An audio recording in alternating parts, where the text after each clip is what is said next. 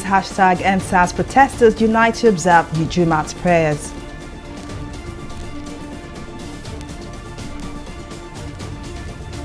PDP lawmakers oppose Onoche's nomination as INEC commissioner. New study shows little or no effect of Ramseyville on COVID-19 survival.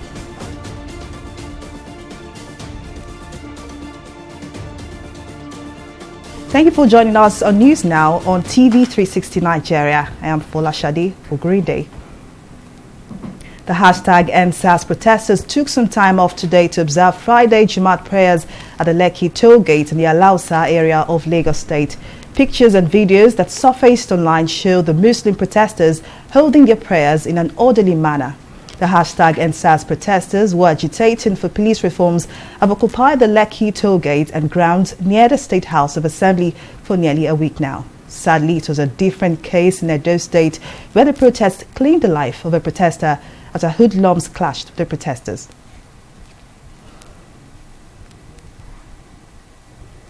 Youth on Friday continued their protest against police brutality and extortion at several locations in Lagos State. The protesters resumed at the Lagos State House of Assembly, Alausa, and other parts of the state. At Bagada, the hashtag EndSARS protesters blocked the Bagada-Oshodi Expressway, causing traffic gridlock. Some of the protesters were seen chanting EndSARS, EndSWAT. When they regrouped at the Lagos State House of Assembly, they insisted on the comprehensive reform of the police force. Meanwhile, concerned groups have called on the protesters to abide by the rules and should not take laws into their hands.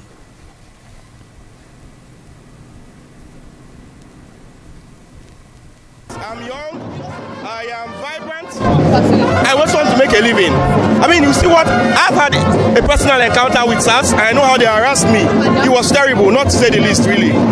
We Nigerians, I think what everybody's trying to say here is that they want a change. They want things to change, they are tired, they are frustrated. The system doesn't work for us. We are working for the system. The government is by the government for the government. The government only takes care of the government. They don't take care of us and they are bullying us. We are tired of being bullied. We don't want to be bullied anymore. We are saying this is an end to bullying. We want to be treated like actual citizens of Nigeria. We want to enjoy the perks that comes with being a country citizen. We don't have that at all. There's police brutality up and down. You need a peaceful project like this. Look at everybody. Nobody's with guns. Nobody's with anything. But yet you see the guys come here to come and harass us. Just yesterday here, people were attacked here. I mean, no. We are not going to back down. We are here. We will come here every single day until we are being heard. We will come here. We will supply food supplies if we want to have, if that's what takes us to be here.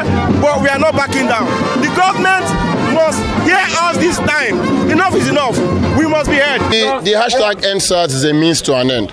If this is a book, EndSARS is the title of the book. So this has expanded from just EndSARS because we are going deeper and we are unraveling new things. So I like to refrain from calling it a protest. I'm calling it a movement or an awakening because we are beginning to realize that we can fight for and demand. We can hold our government accountable for whatever it is we want to hold them accountable for. So it's what it is laudable, and you can see it's growing. The strength, the energy, the spirit is increasing every day, and more people are beginning to associate themselves with this awareness, which is great. Microblogging site Twitter created a special emoji for the ongoing EndSARS protests. The app had created a tight fist emoji representing the hashtag EndSARS movement. The Nigerian national colours green, white and green. Twitter CEO Jack Dorsey revealed the special hashtag EndSARS emoji on a special handle. The development is coming barely 24 hours after the Twitter boss endorsed the movement against police brutality and other unlawful crimes in Nigeria. The Activist for Good Governance, AGG, has lent its voice to the ongoing hashtag EndSARS protest with a call for complete review and total overhaul of the policing system in Nigeria. The group says an in-depth investigation of how the disbanded SARS became the alleged instrument of terror to the citizens must be thorough. Speaking to newsmen in Lagos, the co-convener Gbenga Sholoki frowned at the hasty renaming of the disbanded SARS to another special weapon and tactics team, SWAT, by the Inspector General of Police. Well, as veterans in the struggle, we have evaluated what is happening, and we have the opinion that if care is not taken, the process will be hijacked by fifth columnists.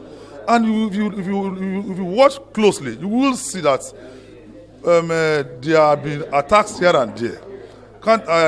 Claims and counter-claims have been made. Police saying that protesters attacked them and this and that. But unfortunately, the protesters made some demand, which we also support. And the government has also acceded to some, promising to implement far-reaching decisions, especially the total reformation of the Nigerian police force. Yes, we have accepted that. We said, okay, government, go and do this. Protesters, you have done very well. We must salute them for taking the bulls by the horn, because as youngsters, when we are also in their ages, we are also like that. So that youthful thing is still in them, and that's why you could see them. They are there. So we must commend them. We must salute their courage for taking on the government, and having acceded to that, and promising to also continue the process of overhauling the system. Definitely, let us shoot their sword. Let us observe what is happening and see whether the government will truly carry out such. If it is not done, like we have mentioned in our press conference, we are going to take the government off. It is now 10 days of protests across Nigeria as thousands of youths continue to agitate for total reform of the police and justice for every victim of police brutality. In Lagos, the protests have continued unabated, the same in many states of the Federation. The issue is probably becoming out of control for security agencies to handle. Joining me to discuss this issue is Barrister Esther Uzoma, who is now joining us via Skype from Abuja. How are you doing, ma'am? Fine, thank you. Thank you very much for joining us. Now, I'm sure you've heard how protesters shut down economic activities in Lagos and Abuja in the last 1 week. Now, at the Lekki-Epe Expressway and also at areas in Ikeja, Lagos State. Now, tell us, at what point do you think protesters would cross the line from legality to illegality? Well, the truth of that, the ongoing presently in the outside the boundaries of the law, because I'm sure there are prophecies of the in FCT. Okay, so can't you? The youth are on top of it. Right now. We cannot talk about the law. Any form, any attempt to demonstrations by to law to only ignite government. So what I'm saying is this, that Nigerian youths our country is very advanced right now. The youth represents the best we have. They are the arm and the strength of the. And so any attempt to confine them or to make their activity illegal will only to the channel. And so let's consider or discuss legality at one point. What ought to be done now is to talk, galvanize their ideas, the government will sit down. If you look at it, it's not. It is not talking about an economy. Unfortunately, we need to cut short this interview because we are having network issues right now. But thank you very much for joining us. Now, the 2021 budget would also take a look at those stories. Now, let's take a break here. The PDP caucus of the Nigerian Senate on Friday met to discuss a number of key issues, one of which is national issues as the country reels out from the ongoing nationwide #EndSARS protest. Among the issues that formed the agenda of the meeting attended by senators of the opposition party at the raging protest against police brutality, the appointment of the Loretta Onoche as INEC National Commissioner, among others. PDP National Chairman Uche Secondus was present at the meeting. All that was discussed, and I believe that the Senate has dealt with the issue of nomination, and so we don't need to emphasize on it. We've also discussed the issue of EndSARS or SWAT. We believe that comprehensive police and policing reforms will be an answer to the police brutality. We also endorse the 5 points raised by the protesters as a political party, as members of our senators that are here. They are Nigerians, and we also appeal to the government that compensation, adequate compensation to the families should be given. And I believe that when that is done and comprehensive reform is done, and the rule of law, and as it pertains to criminal justice system in our country, where everybody will be assured of protection of life and property, and that is the way to go in our country. That will bring sanity in our country, and all of this will be the thing of the past. As Nigeria's National Assembly prepares to pass a 2021 budget of 13.08 trillion naira, the country has again failed to meet the commitment it's made alongside other African countries 19 years ago on health funding. The proposed budget by President Muhammadu Buhari allotted less than 10% to the sector. The budget proposed 547 billion naira for healthcare, which is about 7% of the budget's total of 13.08 trillion naira. African governments agreed in April 2001 to dedicate at least 15% of their annual budgets to the health sector in what is now known as the Abuja Declaration. Joining me to look at this issue is the public health consultant, Dr. Ekanem Ntiebasi. Thank you very much for joining us. Good evening. Thank you for having me. Now, the 2021 budget of Nigeria once again fell short of the 15% of the annual budget agreed in Abuja Declaration. Now, how do you feel about this? I feel very, very honestly. I expected that the 19 that would have learned lessons. Such lessons would have been to our funding for constantly looking through the budget. We are still far below the Abuja Declaration of percent, for healthcare. It makes me wonder, but whether preparing our health them to even further crisis health. Look at here, you see exodus health that living in the country, go to health facilities, and that they are inadequate. There is poor access to health. Among all of this, it would only be expected that the makers would have seen the need to increase the budget allocation for healthcare. Unfortunately, we are back to what we want. So much has been recorded when it comes to health. We saw what happened during the COVID-19. One would have expected that this first time when we would have improved and ensure that we put mechanisms so that this funding used judiciously to the betterment of the Nigerian care system. Unfortunately, we don't have that. Honestly, I'm not comfortable. Now, do you see any danger cropping up in the health sector as a result of this underfunding? A lot of things have happened.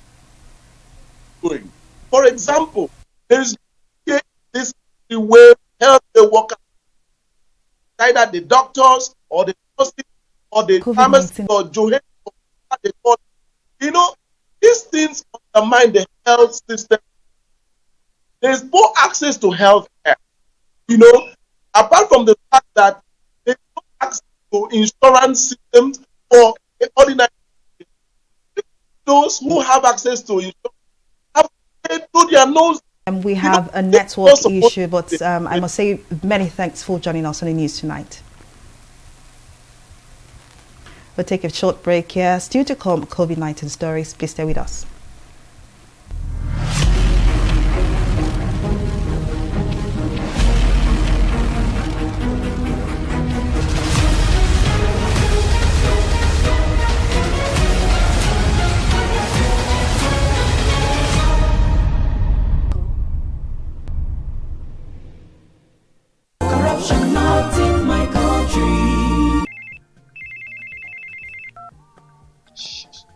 Hello, Alhaji.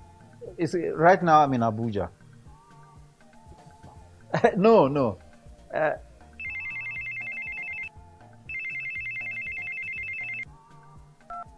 Hello, Adamu. Right now I'm in Kano.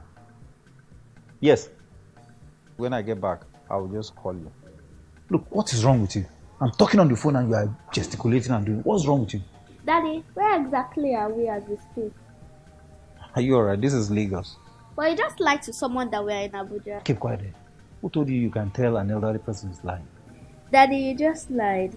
And by lying, you're raising corrupt children for the future of Nigeria. That is corruption, not in my country. Corruption, not in my country.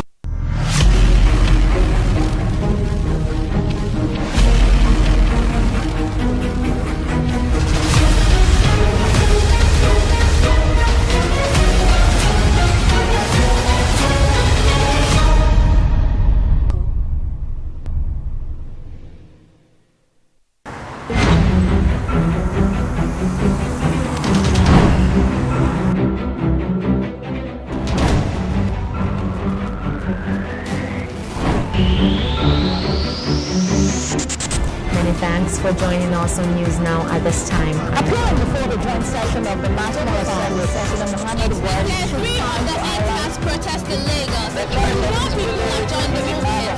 This protest Thank you for joining us again on the newsroom. The Lagos State Emergency Management Authority has said there's going to be one vote and as expected, Nigerians will have different opinions about government development illegal spectrum frequencies. The bulls took over the wheels on the Nigerian stock market today as sellers eased.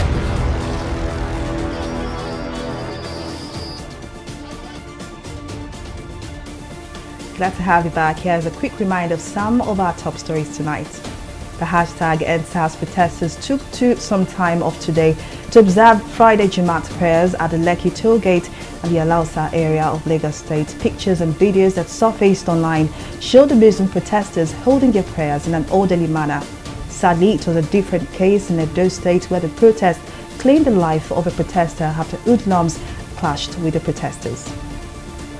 Microblogging site Twitter created a special emoji for the ongoing EndSARS protest. The app had created a tight fist emoji representing the hashtag EndSARS movement, the Nigerian national colours green, white and green. It comes barely 24 hours after the Twitter CEO endorsed the movement against police brutality and other unlawful crimes in Nigeria.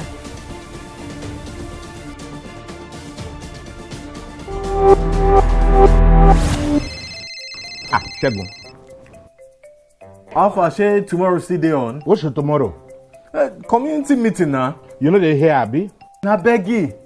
See, if we meet for my house, inside parlor, then go no. This COVID-19 is not a child's play. If we want to elect a new secretary, we fit to do one for WhatsApp or for Skype or even on Zoom. Or we just wait. I will not negotiate this social distancing. It is not negotiable. Not every infected person shows symptoms, but every infected person is contagious.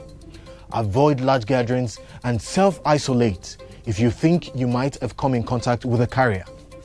Your safety and the safety of others is in your hands. This message is from the Akinfade Foundation in partnership with the National Orientation Agency with support from MacArthur. Nigeria recorded 148 new cases of the COVID-19 infection on Thursday, taking the country's total to 60,982. As this daily number of infections continue to drop, the Presidential Task Force on COVID-19 has announced the lifting of ban on sporting activities. National coordinator of the task force, Sani Aliyu, who announced this, however, explained that there would be no spectators for now. Joining us on the news to discuss this issue is Mudashiru Shitu, a sports analyst. How are you doing, Mudashiru? Full atmosphere here. Now, as a sports analyst, how do you feel about FG's announcement of the lifting of sporting activities? Yeah, I think the announcement has been brought several reactions to a lot of stakeholders in the country. But meanwhile, before the announcement, there have been a lot of preparation on stakeholders. For example, looking at the football, looking at football itself, the league management company has been doing so well. They sent a lot of letters to the 20 clubs in the Nigerian Professional Football League about registrations and making sure things are in the right direction. And so it is a work in progress even before the announcement. Also, let's not forget that today the Nigerian Basketball Federation also has sent a circular to journalists across the country, telling them that the league that is supposed to take on, the male football league that is supposed to take on, has been suspended because of court injunction.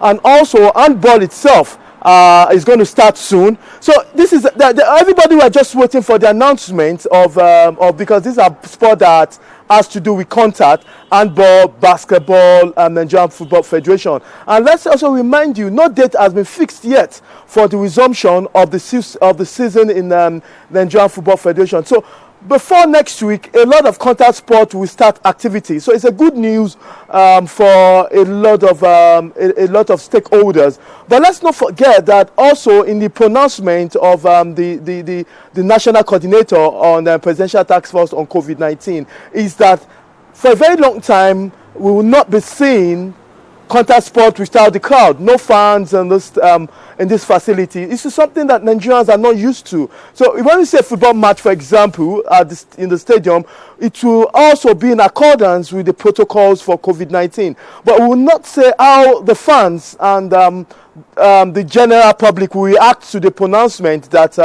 they won't be able to watch the clubs live. Let's not forget, most of these I'm sorry to cut you short, but I'm sure you're about contacts are not televised. One of the so conditions it's very different from what we have in the Nigerian profession. No spectator will be allowed in stadiums. Now, I need to say many thanks for joining us, Mudashiru. Thank you very much for that analysis. And let's take a break here and return with business stories. Shegun. Alpha, say tomorrow still day on. What's your tomorrow? Community meeting now. You know they here, Abi? Now beggy. See, if we meet for my house, inside parlor, then go no. This COVID-19 is not a child's play. If you want to elect a new secretary, we fit to Do one for WhatsApp, or for Skype, or even on Zoom. Or we just wait. I will not negotiate this social distancing. It is non-negotiable. Not every infected person shows symptoms, but every infected person is contagious. Avoid large gatherings and self-isolate if you think you might have come in contact with a carrier. Your safety and the safety of others is in your hands. This message is from the Akinfade Foundation in partnership with the National Orientation Agency with support from MacArthur.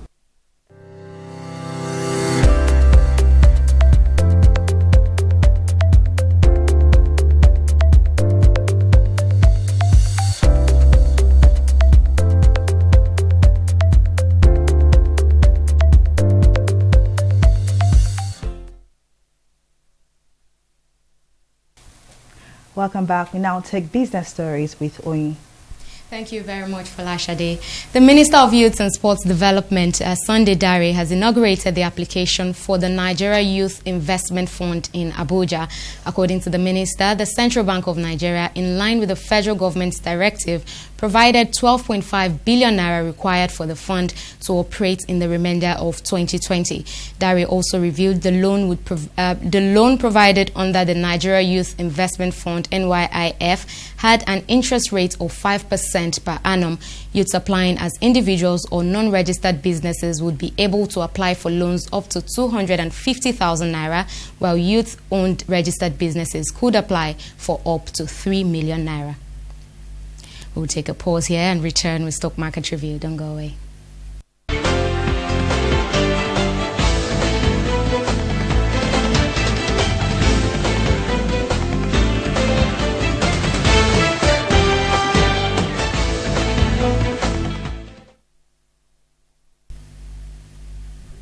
Blue chip companies traded on the high today as the NSE, for the first time after 2 days of closing flat, saw bargain hunters push the bull afloat, causing a 1.11% rise in the all-share index. Amid the ongoing NSAS protests in the country, investors continue to explore opportunities for profit-taking in quality stock as overall market cap gained about just very slightly from about 14 trillion naira in previous session to close to that 14.979 trillion naira. Market breadth also closed positive at the close of trading today, with 30 equities recording gains against 11 losers. Total PLC led the pack of percentage gainers with a 10% rise and was closely followed by Presco, Zenith Bank, as well as Nascon Allied. But conversely, we see that Etana recorded the highest price decline of 39 kobo at the close of trading. Other losers were spread across other sectors, as we see Cortex from the industrial goods sector, eTransact, as well as Fitson Healthcare from the health sector, also dropping by about 6 kobo at the close of trading today. And in summary, over 489 million units of shares worth 4.7 billion were traded in 5,652 deals. But let's now take a look now at markets outside of Nigeria. It was a bullish run on the UK and US markets, but sadly, Nikkei closed in the reds at 0.41% lower. And that's it on business now. It's back to you now, Folashade, for the rest of the news. Thank you very much, Oyin, for that story. Now moving now to international stories, where armed men have attacked a military base in Western Guinea, killing the camp's commander just 2 days before elections. And the country defense ministry confirmed the attack, saying the commander, Mamadi Kondo, who was the leader of the battalion of commandos, was killed during the attack in the city of Kindian, outside the capital of Conakry. It said that the attackers were dressed in military attires and seized vehicles and arms before fleeing the scene of the attack. A prison was also attacked, which led to the escape of some inmates, while some officials were wounded. And in sport, a Nigerian military officer, Brigadier General Mikano Abdullahi, has been elected president of the Organization of Military Sports in Africa, OSMA. Abdullahi, who until his recent appointment was the Deputy Director, Sports Defense Headquarters, bagged about 67% of the total votes to defeat 2 other contestants from Algeria and Guinea. 51 delegates within the 51 member states in Africa voted at the election, which took place in Yaoundé, Cameroon, last week for a 4-year tenure commencing from 30 November 2020. I will make sure I will push for the All African Military Games to be hosted here in Nigeria. The first edition was hosted by Kenya. The second edition was about to be hosted by Nigeria, but it was postponed due to other reasons. But now I'm the president of Africa. I'll make sure that I use all my influence and support from my chief delegate to bring back that All African Military Games here in Nigeria. I told the chief delegates. And I will also introduce bilateral sports, that neighboring countries will come together and play the sporting activities, that you can unite the two countries together or to increase their relationship. And that's it on our package on News Now. Thank you very much for watching. I am Folashade Ogrinde. Good evening.